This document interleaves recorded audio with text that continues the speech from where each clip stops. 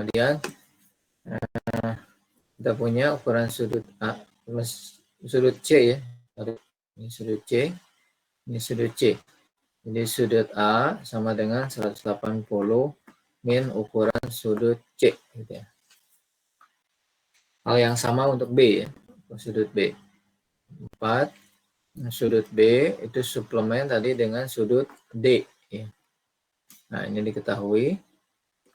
Kemudian yang berikutnya ukuran sudut B ditambah ukuran sudut itu 180. Nah, ini definisi sudut suplemen. Kemudian yang berikutnya kita lakukan yang ini tadi apa? Sifat penjumlahan ya. Sifat penjumlahan.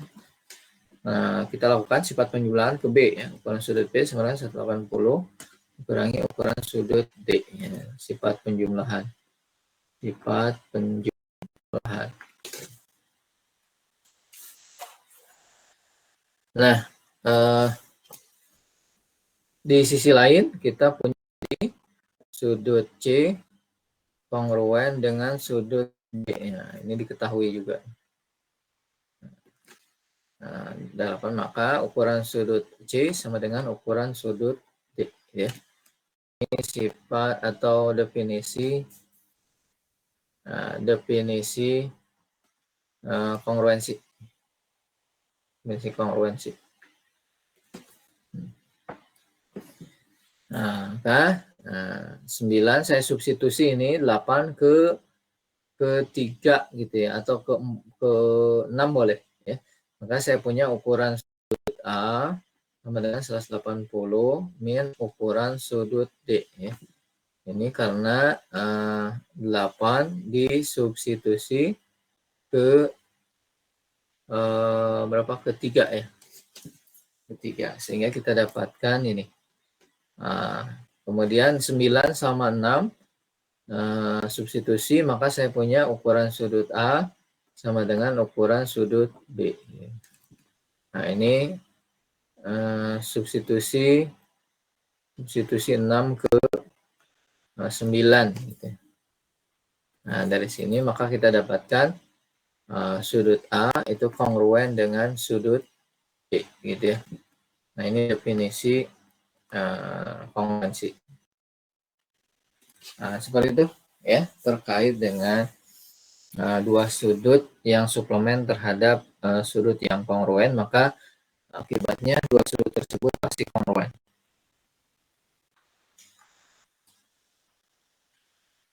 Nanti ini saya share kopinya ya, ditulis ya, nggak apa-apa, nanti perhatikan saja. Yang berikutnya cuma nanti yang belum dikerjakannya nanti ya. Teorema ke-9, isinya terkait jika dua sudut, kalau tadi suplemen, sekarang komplement ya. Nah, dua sudut komplement terhadap sudut yang kongruen, maka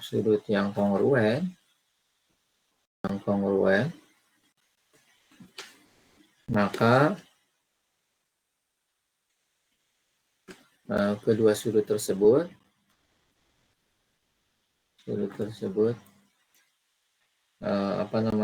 kongruen. Nah, ini buktinya silahkan selesaikan ya. Selesaikan serupa dengan teorema 8.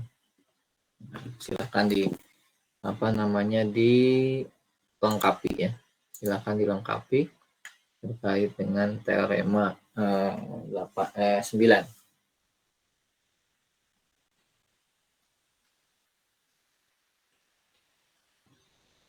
Sampai sini ada yang ditanyakan?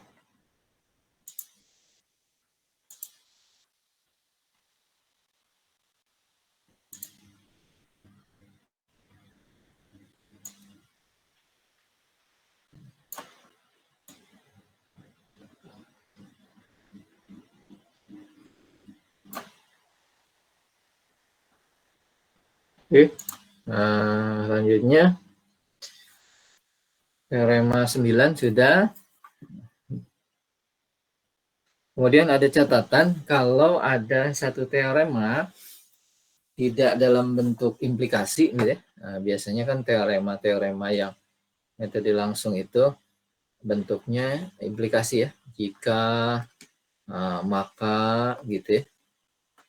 Nah, kalau ada yang tidak ditulis dalam bentuk kondisional atau implikasi gitu ya. Nah, kita tulis dulu ya, kita tulis kembali teorema aja dalam bentuk implikasi gitu ya. Contoh misalkan di teorema 10. Teorema 10 kita punya sudut bertolak belakang. Sudut bertolak belakang. Sudut bertolak belakang. Sudut bertolak belakang itu kongruen. Nah, ini tidak ada jika makanya nih.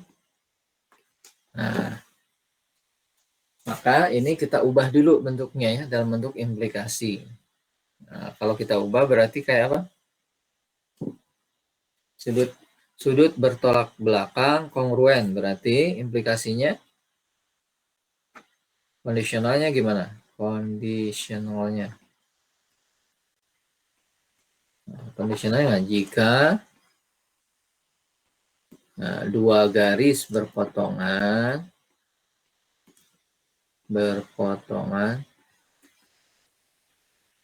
nah seperti itu, maka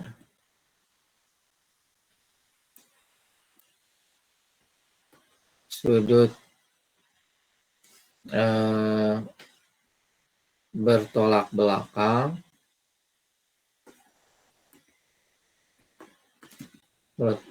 belakang yang terbentuk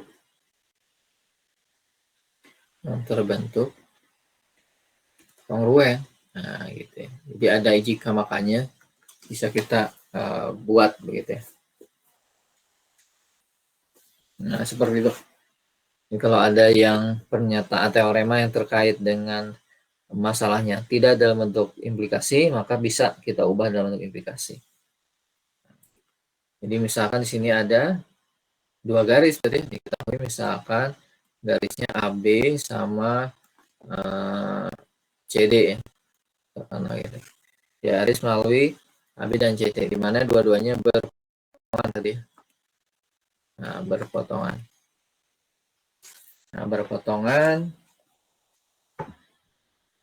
Nah, kalau saya ilustrasikan, katakanlah ini yang melalui AB, nah, garisnya seperti ini.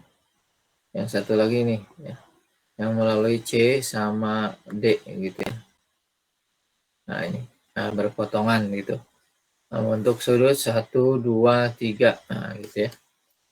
Nah yang mau kita tunjukkan apa?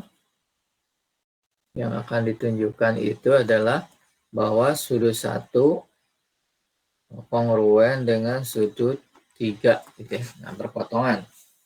Bertolak belakang, maaf. Jadi 1 dan 3. Kalau ada di sini 4 misalkan, boleh juga 2 dengan 4 nih, salah satu aja. Jadi planning kita adalah kita ingin buktikan bahwa planning kitanya adalah di sini ada rencana ya. Nah, jadi rencana kita membuktikan itu pertama kita ingin tunjukkan satu suplemen dulu dengan dua gitu ya. Suplemen dulu dengan dua. Jadi nggak bisa satu langsung ke tiga.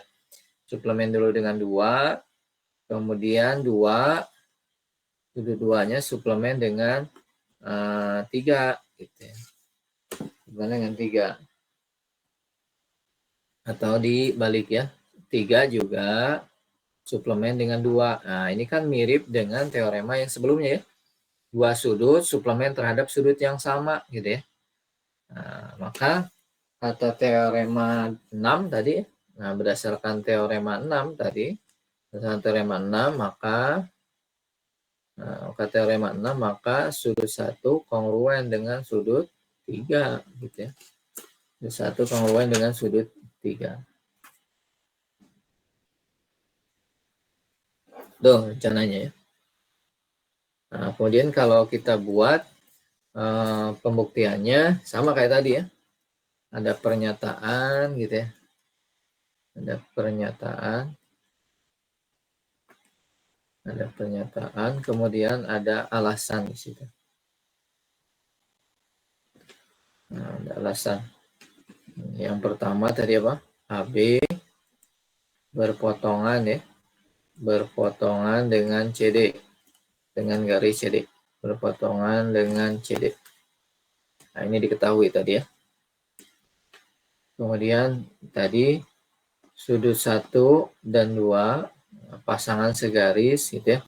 Pasangan segaris dengan sudut 2. Pasangan segaris itu apa? Nilai itu? Apa? Pasangan segaris itu? Pasangan segaris masih ingat kemarin? Yang pertama apa? Sudut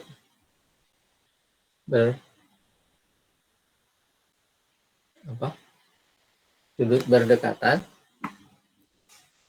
sudut berdekatan dan bersebelahan, kemudian suplemen.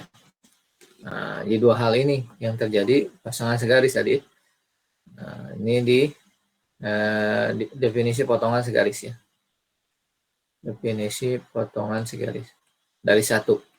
Definisi potongan segaris. Ini dari poin 1. Hal yang sama juga untuk 3 dan 2 ya. Jadi, sudut 3 pasangan segaris dengan sudut 2 juga. Pasangan segaris. Nah, dengan sudut 2. Ini juga ya, definisi sama ya. Idem. Nah, akibatnya sudut 1 suplemen dengan sudut 2. Gitu ya. Karena pasangan segaris itu maka dia saling suplemen tadi ini. 2 ini kan terpenuhi. Nah, ini definisi pasangan segaris ya. Ini pasangan segaris. Sama juga untuk sudut 3. Sudut 3 juga suplemen terhadap sudut 2. Ini juga sama, pasangan segaris. Maka yang terjadi adalah berdasarkan teorema tadi, suplemen terhadap dua sudut yang sama, maka sudut 1 kongruen dengan sudut 3 gitu ya. Kata siapa? Kata teorema 6. Jadi teorema 6-nya boleh dipakai situ. Ya, karena kita sudah buktikan. Jadi betul bahwa dua sudut yang bertolak belakang itu kongruen. Sudah buktikan itu.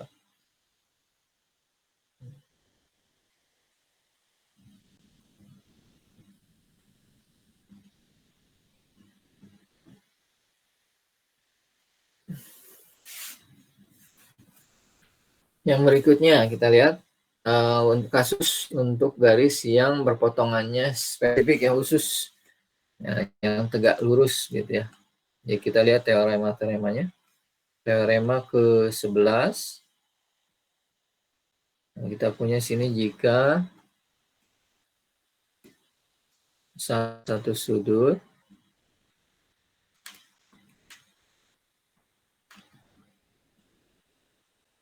sudutnya pasangan segaris, katakanlah sudut pasangan segaris.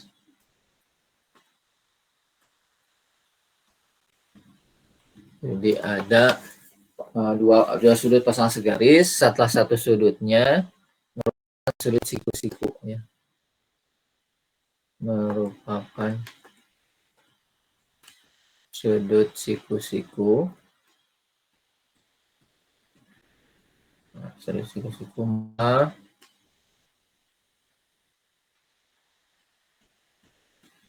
sudut yang lainnya juga siku-siku. Sudut yang lainnya juga siku-siku.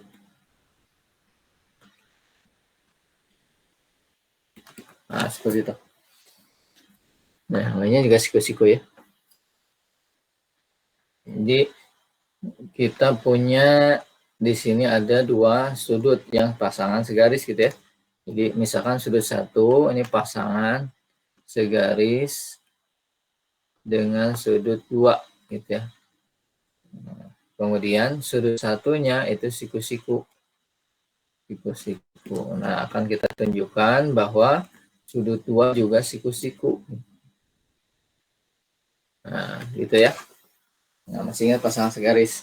Jadi kalau diilustrasikan, kalau ada garis ini 1, 2 gitu ya. Nah, kalau satu siku-siku, duanya juga siku-siku. Gitu. Nah, rencana kita adalah karena dia pasangan segaris, berarti rencana kita tulis rencananya. Rencananya adalah kita tunjukkan bahwa ukuran sudut 1 ditambah ukuran sudut 2 itu 180 kan pasangan segaris tadi. Kemudian ukuran sudut satunya 90 ya. Maka ukuran sudut 2-nya 90 gitu. Nah, rencana kita ini. Nah, kita buat bukti 2 kolomnya tadi ya. Ada pernyataan,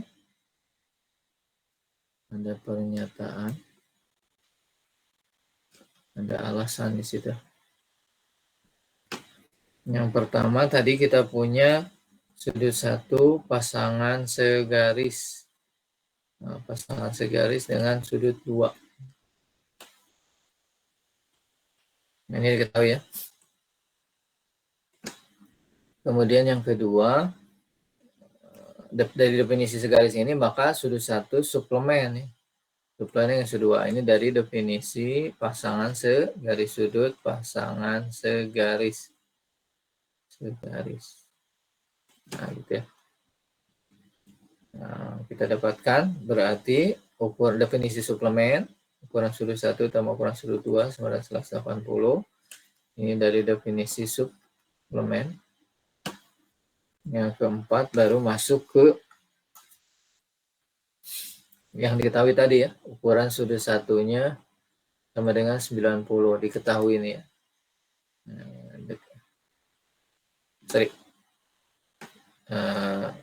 Bukan ini dulu ya, sudut 1 siku-siku diketahuinya. Siku ini yang diketahui ini. Nah, dari sini baru kelima ukuran sudut 1 sama dengan 90. Nah, ini dari definisi berdasarkan poin 4 gitu ya. Definisi siku-siku. Nah, berdasarkan poin 4. Nah, kemudian 5 kita substitusikan ke 3 ya. Jadi 6 saya punya berarti 90 ditambah ukuran sudut 2 sama dengan 180. Ini substitusi 5 ke 3 gitu ya.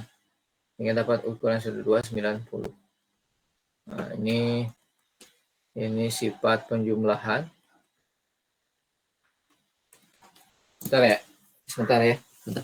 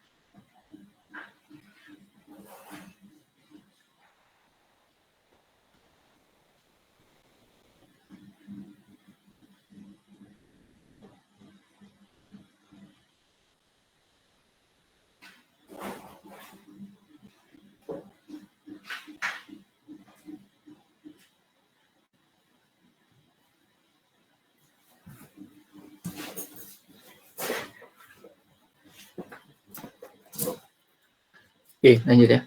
Mohon maaf, gangguan sedikit. Oke, dari sifat penjumlahan kita dapatkan ukuran sudutnya 90. Ini kita dapatkan sudut 2 adalah siku. Nah, dari sini ini dari definisi sudut siku-siku.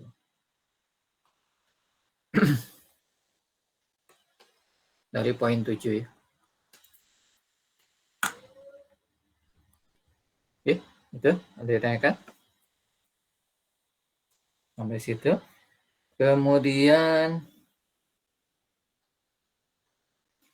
teorema 11 ini kita gunakan juga untuk membuktikan teorema 12. Teorema selanjutnya terkait masih yang garis tegak lurus ya. Nah, jika dua garis berpotongan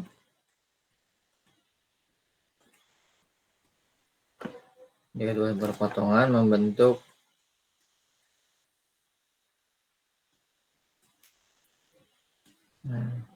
satu sudut siku-siku,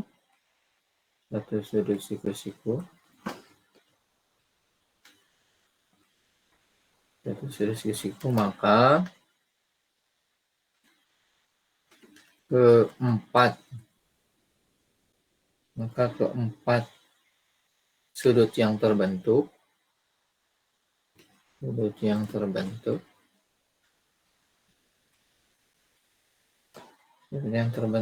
adalah sudut siku-siku.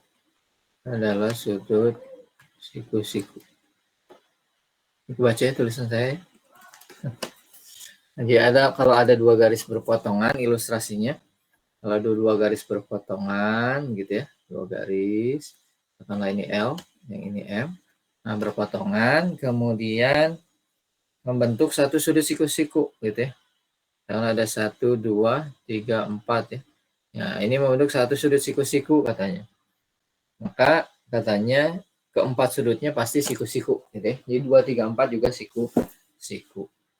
Jadi kalau dituliskan sini yang diketahuinya adalah bahwa yang pertama K dan L dan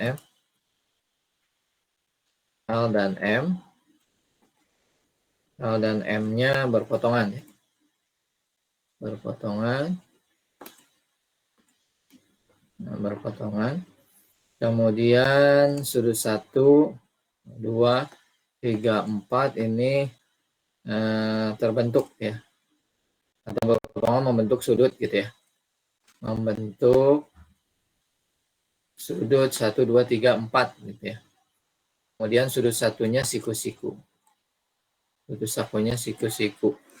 Nah, yang kita ingin buktikan sudut 2, 3, 4 juga sudut siku. Caranya ya sama dengan tadi ya. Nah, ini yang akan tunjukkan sudut 2, 3, 4 siku gitu ya. Siku.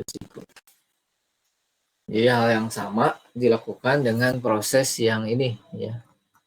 Seperti ini saja siku-siku dengan pendekatan persis sama dengan teorema yang ke-11 ya. Jadi ada pernyataannya di situ. Nah, ada pernyataan, kemudian ada alasannya.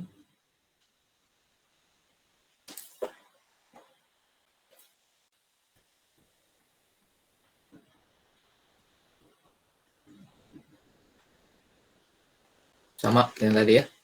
Jadi yang pertama garis L dan M berpotongan.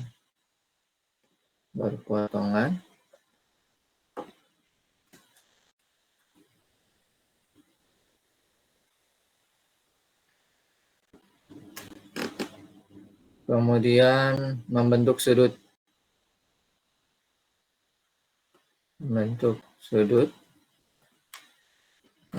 Tadi 1, 2, 3, 4. Di mana sudut satunya siku-siku, sama kayak tadi. Ini diketahuinya. Kemudian yang kedua, kita punya kondisinya di sini 1 dan 2 pasangan segaris gitu ya. Kemudian 1 dan 4 pasangan segaris gitu ya. Jadi 1 pasangan segaris dengan 2. Kemudian 1 juga pasangan segaris dengan 4. Sudut 2, sudut 4 maksudnya gitu ya. Nah, ini definisi pasangan segaris tadi ya. Pasangan segaris. Apa definisi pasangan segaris? Mesti ingat awal. Nah, memiliki merupakan sudut yang berdekatan Kemudian apa namanya? Punya sisi yang apa namanya? Yang bersama gitu ya. Berfungsi kemarin itu kan gitu.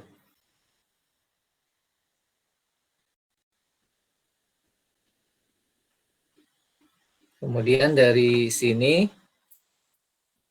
kan ada tadi di kelas itu berarti sudut 1 suplemen dengan sudut 2 gitu ya. Sudut 1 suplemen dengan sudut 4 gitu ya. Oke. Nah, suplemen definisinya kan tadi apa? Ukuran sudut 1 tambah ukuran sudut 2 180 gitu ya. Ukuran sudut 1 tambah ukuran sudut 4 itu 180 ya. Nah, karena satunya 90, nah, di atas kan siku-siku ya. Sudut 1 siku-siku, maka kita punya di sini ukuran sudut 1 sama dengan 90. Akibatnya apa? Ukuran sudut 2-nya 90, ukuran sudut 4-nya 90 gitu ya. Akibatnya apa? Sudut 2 siku-siku, sudut 4 juga siku-siku gitu ya. Nah, tinggal dibuat alasannya ya, sama kayak tadi.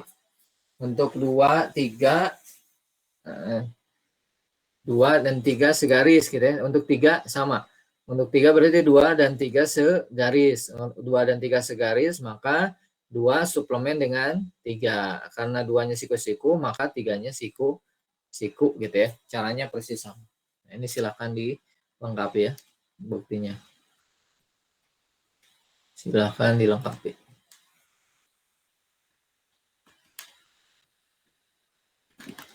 Nah, seperti itu terkait dengan teorema tegak lurus tadi ya. Terkait dengan dua garis yang berpotongan. Nah, ada berikutnya ada teorema akibat ya atau corollary namanya. Corollary. Atau kita sebut sebagai teorema akibat. Teorema akibat dari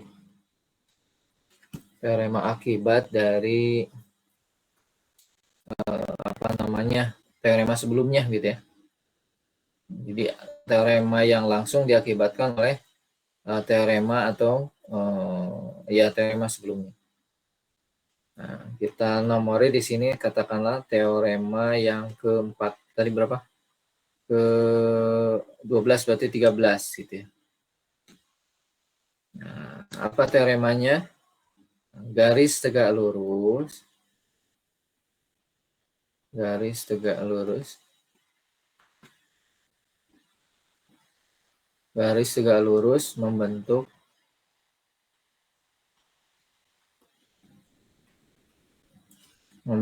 empat sudut siku-siku.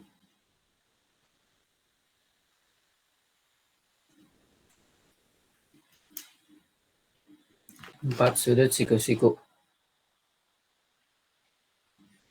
Garis tegak lurus membentuk empat sudut siku-siku.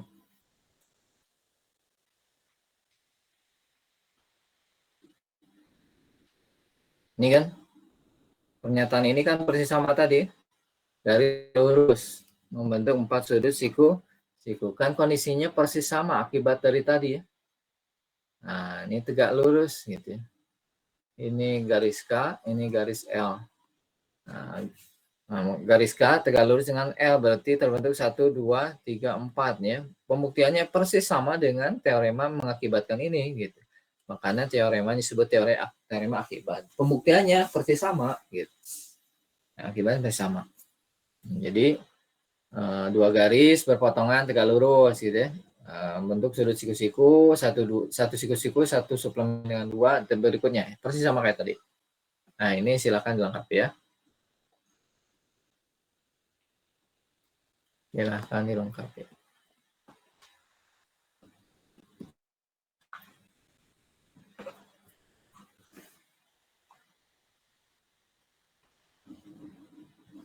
Teorema akibat juga, ada juga teorema akibat 14 ya, teorema ke-14. Nah, bunyinya adalah semua sudut siku-siku kongruen. Semua sudut siku-siku kongruen. Nah, ini jelas ya. Semua sudut siku-siku kongruen. Kalau buktinya persis sama dengan tadi. Nah, berarti yang diketahuinya misalkan sudut 1 dan sudut 2 siku-siku gitu ya. Sudut 2 siku-siku. Akan ditunjukkan bahwa sudut 1 kongruen dengan sudut 2.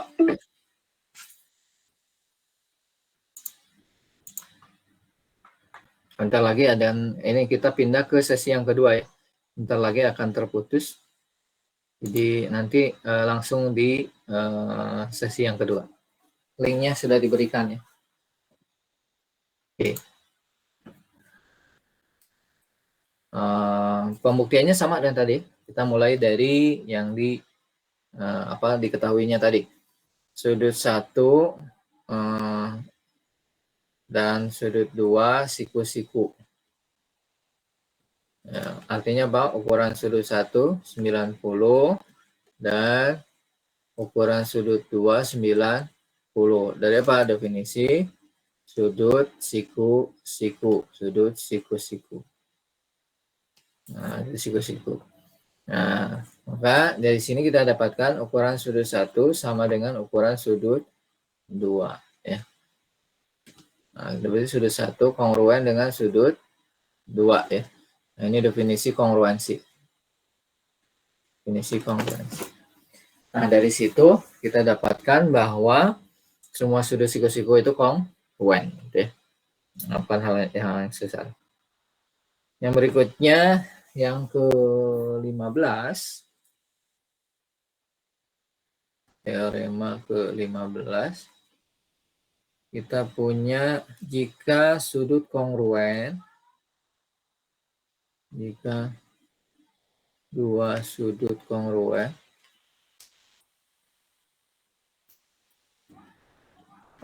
dua sudutnya kongruen.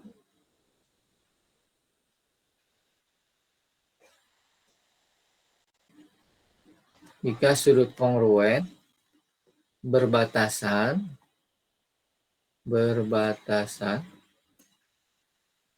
kemudian yang terbentuk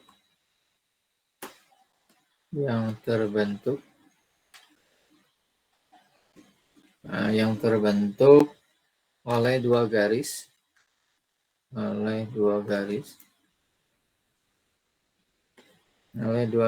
yang berpotongan.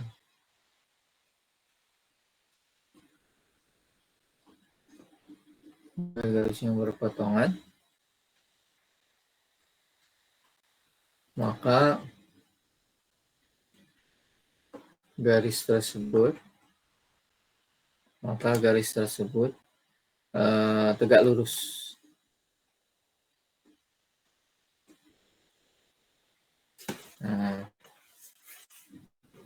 Nah ini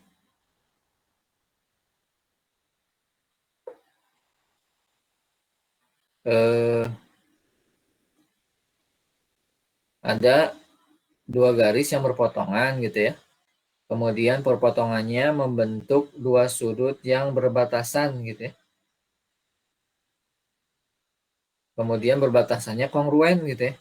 Nah, kita akan tunjukkan dia tegak lurus gitu ya.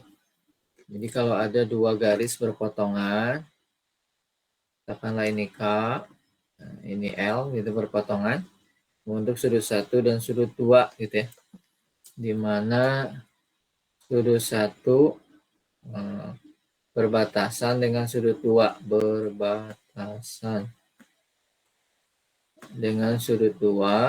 kemudian sudut 1 itu kongruen dengan sudut 2. Nah, gitu kondisinya ya. Nah, kita akan tunjukkan bahwa K ini tegak lurus dengan L gitu ya. Lurus dengan L. Nah, kita yang tunjukkan ya, kita buktikan. Nih, kita punya pernyataannya di sini, alasannya sebelah sini. Yang pertama adalah bahwa diketahuinya tadi garis K dan L itu salah, L-nya kecil ya untuk garis. Salah. K dan L ini berpotongan tadi ya, berpotongan. Nah, ini diketahui. Kemudian terbentuk sudut 1 dan sudut 2 ya, sudut 1 dan sudut 2 berbatasan. Mana itu tadi di ilustrasi sudut 1 dan sudut 2-nya. Ini diketahui ya. Nah, akibat tadi berpotongan berbatasan, maka hasil perpotongan, maka sudut 1 itu pasangan segaris ya, pasangan segaris dengan sudut 2. Nah, segaris dengan sudut 2. Ini definisi pasangan segaris. Definisi pasangan segaris. Oke. Kemudian karena dia pasangan segaris, nah maka yang berikutnya adalah sudut 1 pasti suplemen gitu ya dengan sudut 2 karena dia segaris. Nah, dari pernyataan definisi segaris kan definisinya bahwa dua sudut yang segaris itu pasti suplemen. Ini dari definisi pasangan segaris, sama ya dengan atas. Nah, dari sini karena suplemen, definisi suplemen, maka kita dapatkan ukuran sudut 1 ditambah ukuran sudut 2 itu 180. Ini definisi sudut suplemen. Definisi suplemen. Di sisi lain kita punya sudut 1 kongruen dengan sudut 2 tadi ya. Ini diketahui. Maka dari sini kita dapat ukuran sudut 1 sama dengan ukuran sudut 2 ya. Karena sudut definisi kongruensi ini. Definisi kongruensi. Definisi kongruen. Nah, sehingga kita dapatkan sekarang substitusi dari 6 ke 4 ya. Maka dapatkan 2 ukuran sudut 1 sama dengan 180. Ini substitusi 6 ke 4. Nah, gitu ya. Sehingga dapatkan ukuran sudut satunya 90. Ya.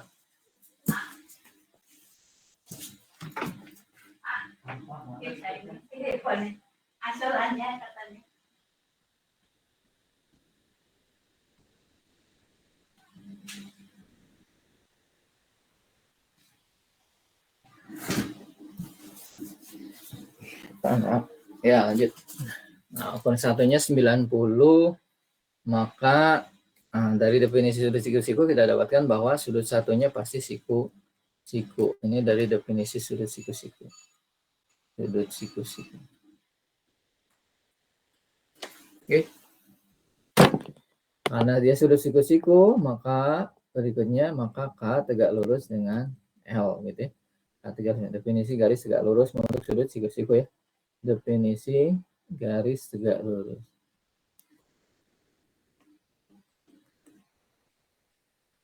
Nah, seperti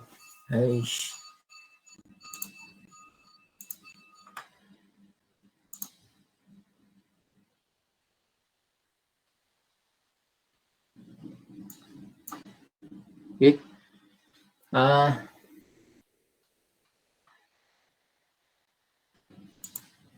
Sampai sini ada yang tanyakan? Terkait dengan teorema ke-15, jika dua sudut kongruen berbatasan yang terbentuk oleh dua garis yang berpotongan akan saling tegak lurus katanya ya. Tuh.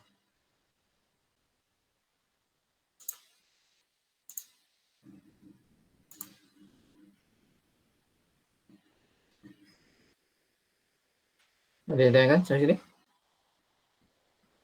Kita lanjut ya.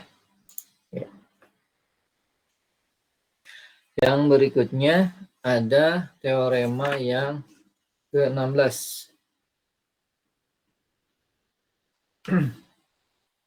Teorema ke-16. Isinya converse-nya ya. Jika dua garis tegak lurus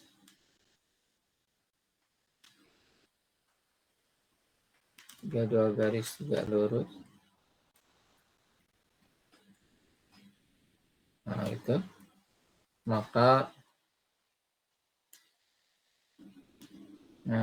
terbentuk sudut